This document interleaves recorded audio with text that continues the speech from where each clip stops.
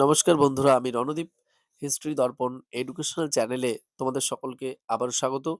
আজ আমাদের আলোচনার মূল টপিক হলো তোমরা যারা ২০২৭ সালে মাধ্যমিক পরীক্ষা দেবে এবং তোমাদের মাধ্যমিক পরীক্ষায় দ্বিতীয় অধ্যায় থেকে প্রশ্নমান ৪ এর কি ধরনের প্রশ্ন থাকবে এবং তোমরা কোন প্রশ্নগুলো পড়লে তোমাদের পরীক্ষায় হুবহু প্রশ্ন কমন পাবে, সে সম্পর্কে কিন্তু আজকে বিস্তারিত আলোচনা করব।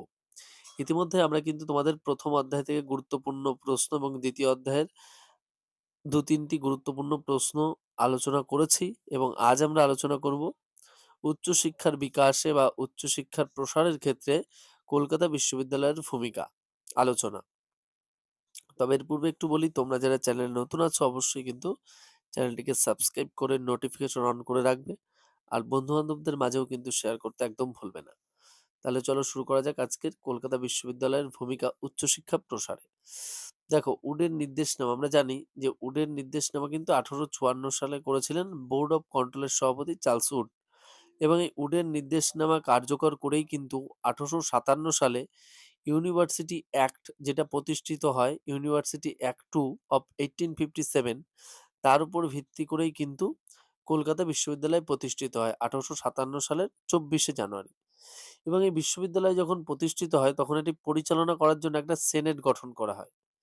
আর এই সেনেট যখন গঠন করা হয় তখন সেনেটের তরফ থেকে বলা হয় যে বিশ্ববিদ্যালয়টা পরিচালনার জন্য যেমন সেনেট গঠন করা হলো, এবং এই সেনেটের দায়িত্বে একজন থাকবেন যিনি এটাকে পুরো বিষয়টাকে পরিচালনা করবেন, তিনি হলেন ভাইস চ্যান্সেলর। এই জন্য একজন ভাইস চ্যান্সেলর বা উপাচার্যকেও রাখা হয়। এবং এই বিশ্ববিদ্যালয়ের প্রথম আচার্য হিসেবে নিয়োগ করা হয় লর্ড ক্যানিংকে। আর প্রথম উপাচার্য হিসেবে নিয়োগ করা হয়েছিল সুপ্রিম কোর্টের প্রধান বিচারপতি, কাকে? উইলিয়াম কোলভিলকে। কিন্তু পরবর্তীতে ভারতীয় উপাচার্য একজন নিযুক্ত হন এখানে, গুরুদাস ব্যানার্জি।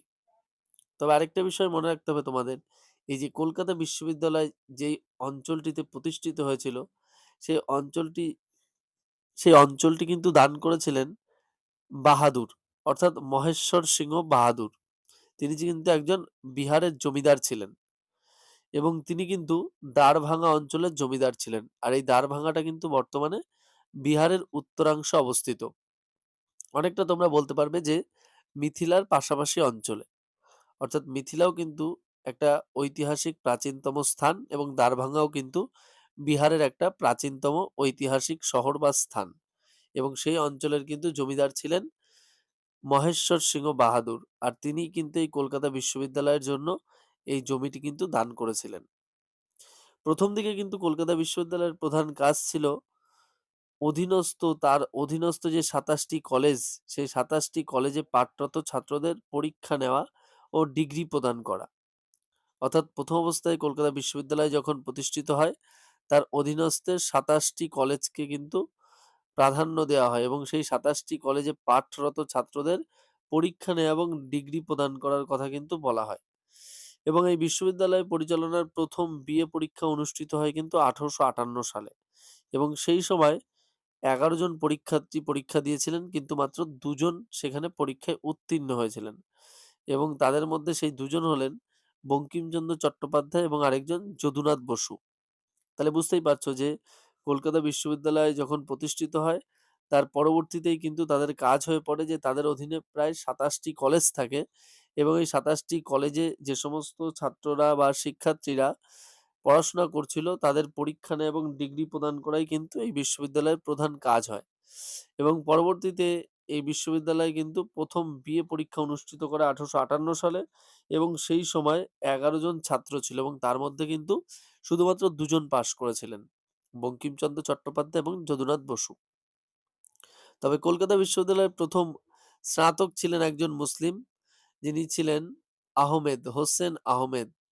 ১৮৬১ সালে এই বিশ্ববিদ্যালয়ে প্রথম এমএ পরীক্ষা শুরু হয়। তাহলে বুঝতে পারছো ধীরে, ধীরে কিন্তু যে কলকাতা বিশ্ববিদ্যালয় প্রতিষ্ঠিত হয়েছিল কিন্তু ১৮৫৭ সালে। কিন্তু ধীরে, ধীরে কতটা আপগ্রেড হতে থাকে যে ১৮৫৮ সালে প্রথম বিএ পরীক্ষা নেওয়া হয়। স্থাপন হওয়ার পরেই ১১ জন মাত্র পরীক্ষা দেয়, ২ জন পাস করে, এবং তারপরে কিন্তু এই বিশ্ববিদ্যালয়ে প্রথম মুসলিম স্নাতক হিসেবে হোসেন আহমেদের নাম বলা যায়, এবং পরবর্তীতে কিন্তু ১৮৬১ সালে কলকাতা বিশ্ববিদ্যালয়ে এম.এ পরীক্ষা শুরু হয়ে যায় এবং এখানকার ১ম মহিলা গ্র্যাজুয়েট কিন্তু ছিলেন ২ জন। এরা হলেন কাদম্বিনী গাঙ্গুলী ও চন্দ্রমুখী বসু। অর্থাৎ ১৮৮৩ সালে কিন্তু এই কলকাতা বিশ্ববিদ্যালয়ে নারী অর্থাৎ মহিলারা ১ম কিন্তু পাস করেন। অর্থাৎ মহিলারা তার আগে পর্যন্ত কিন্তু কলকাতা বিশ্ববিদ্যালয়ে ভর্তি হতে পারেননি। তাই ১৮৮৩ সালেই কিন্তু ১ম মহিলা গ্র্যাজুয়েট হিসেবে কিন্তু কাদম্বিনী গাঙ্গুলী এবং চন্দ্রমুখী বসুর নাম জানা যায়। এবং পরবর্তীতে ১৮৮৪ সালে কিন্তু ১ম মহিলা হিসেবে চন্দ্রমুখী বসুই এম.এ পাস করেন। অর্থাৎ বুঝতেই পারছো এর আগে পর্যন্ত সেইভাবে কিন্তু এম.এর পড়ার প্রবণতা লক্ষ্য করা যায়নি মহিলাদের মধ্যে। আর এম.এ পরীক্ষা কিন্তু কলকাতা বিশ্ববিদ্যালয়ে চালু হয়ে গেছিল ১৮৬১ সালে। কিন্তু তারও প্রায় ২৩ বছর পর ১৮৮৪ সালে কিন্তু ১ম মহিলা হিসেবে এম.এ পাস করেন চন্দ্রমুখী বসু। এই বিশ্ববিদ্যালয়ে বিভিন্ন বৃত্তিরও ব্যবস্থা করা হতে থাকে। অর্থাৎ বেশি নম্বর প্রাপক এবং কৃতী ছাত্রদের জন্য কিন্তু বৃত্তির ব্যবস্থা হতে থাকে।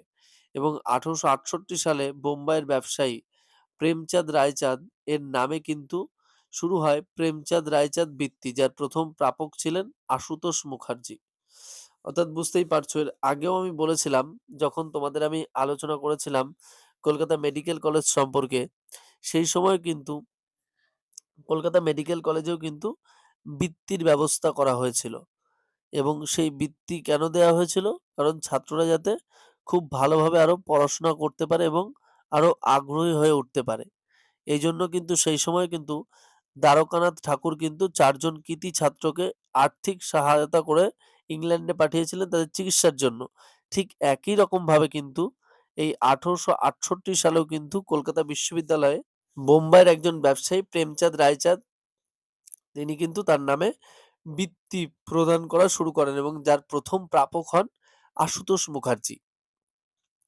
আমরা যদি লক্ষ্য করি পরবর্তীতে দেখতে পারবো যে লর্ড কার্জনের উদ্যোগে ১৯০২ সালে কিন্তু স্যার টমাস রেলের নেতৃত্বে একটি বিশ্ববিদ্যালয় কমিশন গঠন করা হয়। অর্থাৎ আমরা লক্ষ্য করলাম যে ১৮৫৭ সালে কলকাতা বিশ্ববিদ্যালয় প্রতিষ্ঠিত হলো। তারপর একটা সেনেট গঠন করা হলো। তারপর সেনেট পরিচালনার জন্য একজন ভাইস চ্যান্সেলর বা উপাচার্যকে নিয়োগ করা হলো। এবং সেই উপাচার্য কিন্তু ১ম কে ছিলেন? উপাচার্য ছিলেন সুপ্রিম কোর্টের বিচারপতি কোলভিল। এবং এই বিশ্ববিদ্যালয়ের ১ম আচার্য ছিলেন লর্ড ক্যানিং। এবং পরবর্তীতে আমরা লক্ষ্য করলাম যে ভারতীয় উপাচার্য হিসেবে নিয়োগ করা হলো গুরুদাস ব্যানার্জিকে। এর পাশাপাশি আমরা এটাও লক্ষ্য করলাম যে কলকাতা বিশ্ববিদ্যালয়ের ১ম কাজই ছিল তার অধীনস্থ যে কলেজগুলো ছিল অর্থাৎ ২৭ টি যে কলেজ, সেই কলেজগুলোর ছাত্রছাত্রীদের মধ্যে কি দেয়া? ডিগ্রি, ডিগ্রি প্রদান করা এবং পরীক্ষা নেয়ার ব্যবস্থা করা। এবং এর পাশাপাশি আমরা এটাও লক্ষ্য করলাম যে ১৮৫৮ সালেই কিন্তু বিএ পরীক্ষা অনুষ্ঠিত হয়ে গেল কলকাতা বিশ্ববিদ্যালয়ে। এবং তখন মোট ১১ জন পরীক্ষার্থী পরীক্ষা দিয়েছিলেন, মাত্র ২ জন উত্তীর্ণ হয়েছিলেন। একজন বঙ্কিমচন্দ্র চট্টোপাধ্যায়, আরেকজন ছিলেন যদুনাথ বসু। তবে সেই সময়ে ১ম মুসলিম স্নাতক হিসেবে কিন্তু হোসেন আহমেদের নাম করা যায়। এবং ১৮৬১ সালে আমরা লক্ষ্য করি যে কলকাতা বিশ্ববিদ্যালয়ে কিন্তু এম.এ পরীক্ষা শুরু হয়। এবং এম.এ পরীক্ষা দিয়ে কিন্তু ১ম এম.এ পাস করেছিলেন কিন্তু চন্দ্রমুখী বসু ১৮৮৪ সালে। কিন্তু তার আগেও কিন্তু চন্দ্রমুখী বসু এবং কাদম্বিনী গাঙ্গুলী ১ম মহিলা গ্র্যাজুয়েট হিসেবে তারা কিন্তু পাস করেন ১৮৮৩ সালে কলকাতা বিশ্ববিদ্যালয় থেকে। এবং এই কলকাতা বিশ্ববিদ্যালয়ে পড়াশোনার এত বৃদ্ধি অর্থাৎ পড়াশোনা উত্তরোত্তর তাদের এডুকেশন বা শিক্ষার পরিধি বৃদ্ধির জন্য সেই সময় কিন্তু বৃত্তি প্রদানের ব্যবস্থা করা হয় এবং কে করেন? ১৮৬৮ সাল থেকেই কিন্তু বোম্বাইয়ের একজন ব্যবসায়ী প্রেমচাঁদ রায়চাঁদ তিনি তার নামে কৃতী ছাত্রদের বৃত্তি প্রদান শুরু করেন এবং যার ১ম প্রাপকই ছিলেন আশুতোষ মুখোপাধ্যায়। এবং পরবর্তীতে আমরা লক্ষ্য করি যে লর্ড কার্জনের উদ্যোগে ১৯০২ সালে কিন্তু স্যার টমাস রেলের নেতৃত্বে একটি বিশ্ববিদ্যালয় কমিশন গঠন করা হয় এবং যেটি রেলে কমিশন নামে পরিচিত। এবং এই কমিশনের ২ জন ভারতীয় সদস্যকেও নিয়োগ করা হয়। একজন ছিলেন সৈয়দ হোসেন বিলগামী ও আরেকজন ছিলেন গুরুদাস বন্দ্যোপাধ্যায়। তবে এই কমিশনের সুপারিশের ভিত্তিতেই কিন্তু ভারতীয় বিশ্ববিদ্যালয় আইন পাস হয়, যেটা ১৯০৪ সালে। এবং এই আইনে বিশ্ববিদ্যালয়ের ওপর সরকারি নিয়ন্ত্রণ বৃদ্ধি পেলেও এই আইনের সাহায্যেই আশুতোষ মুখোপাধ্যায় উপাচার্য হিসেবে কলকাতা বিশ্ববিদ্যালয়কে বিশ্বের অন্যতম শ্রেষ্ঠ বিশ্ববিদ্যালয়ে কিন্তু পরিণত করেছিলেন। এবং তার নামে কিন্তু পরবর্তীতে আমরা লক্ষ্য করতে পারি যে আশুতোষ কলেজ রয়েছে কলকাতাতেই। তাহলে বুঝতেই পারছো যে কলকাতা বিশ্ববিদ্যালয়ের জার্নিটা কিভাবে হলো।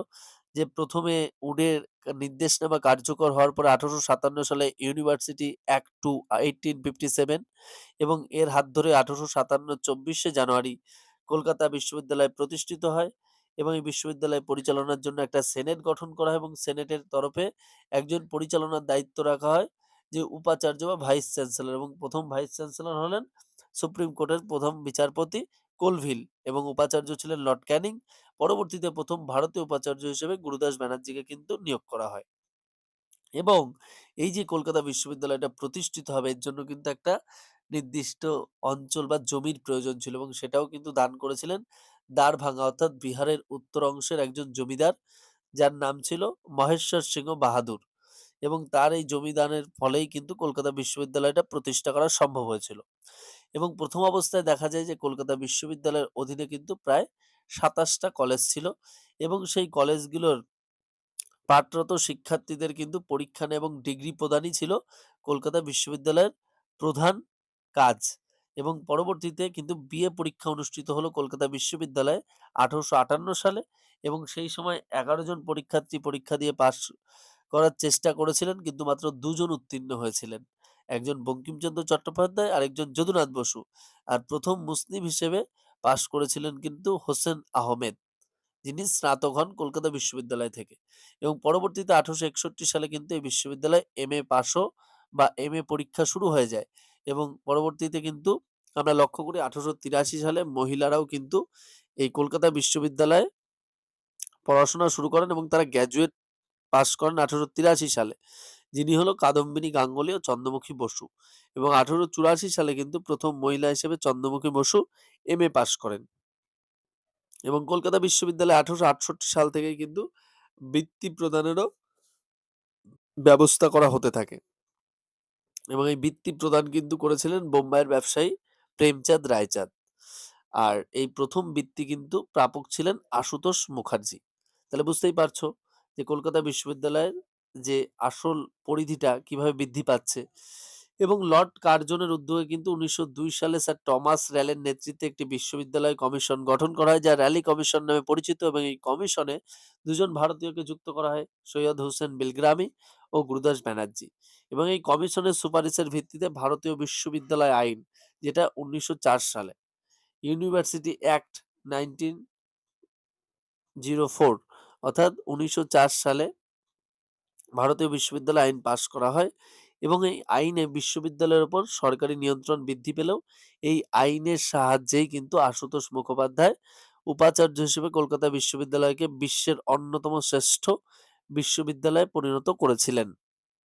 তবে আশুতোষ মুখার্জি তিনি যে কলকাতা বিশ্ববিদ্যালয়কে বিশ্বের শ্রেষ্ঠতম আসনে এটা পরিণত করতে চেয়েছিলেন, তার ধারা কিন্তু এখনো অব্যাহত রয়েছে। আমরা যদি এখনো লক্ষ্য করি NIRF র‍্যাংকিং অনুসারে কিন্তু এখনো বর্তমানে কিন্তু কলকাতা বিশ্ববিদ্যালয়ের স্থান ভারতবর্ষের মধ্যে ৩৯ নম্বর পজিশনে। অর্থাৎ তাহলে বুঝতেই পারছো ভারতবর্ষে কিন্তু বহু বিশ্ববিদ্যালয় রয়েছে। তার মধ্যে কিন্তু এখনো কলকাতা বিশ্ববিদ্যালয় এই ২০২৫-২৬ এর NIRF র‍্যাংকিং অনুসারে কিন্তু ৩৯ নম্বরে রয়েছে। তাহলে বুঝতেই পারছো যে কলকাতা বিশ্ববিদ্যালয়ের কতটা গুরুত্ব রয়েছে এবং তার ভূমিকাও বেশ কতটা। তাহলে আশা করি তোমরা খুব ভালোভাবে যদি এই ভিডিওটা শোনো, কলকাতা বিশ্ববিদ্যালয়ের সম্পর্কে তোমাদের কনসেপ্টটা পুরোটা ক্লিয়ার হয়ে যাবে। আর এভাবেই কিন্তু আমি তোমাদের প্রতিটা অধ্যায় থেকে গুরুত্বপূর্ণ প্রশ্নগুলো সব আলোচনা করে দেব। আর তোমরা যারা নতুন আছো, এখনো পর্যন্ত সাবস্ক্রাইব করোনি, অবশ্যই কিন্তু চ্যানেলটিকে সাবস্ক্রাইব করে নোটিফিকেশন অন করে রাখো। আর বন্ধু-বান্ধবদের মাঝেও কিন্তু শেয়ার করতে একদম ভুলো না। দেখা হচ্ছে তোমাদের সাথে পরবর্তী ভিডিওতে। সকলে ভালো থাকবে, সুস্থ থাকবে। আর তোমাদের আরো কি ধরনের ভিডিও দিলে তোমরা আরো বেশি উপকৃত হবে, অবশ্যই কমেন্ট বক্সে কমেন্ট করে জানাবে। আমরা চেষ্টা করব সেই ধরনের ভিডিও তোমাদের সামনে উপস্থাপন করার। সকলে ভালো থাকবে, সুস্থ থাকবে। ধন্যবাদ।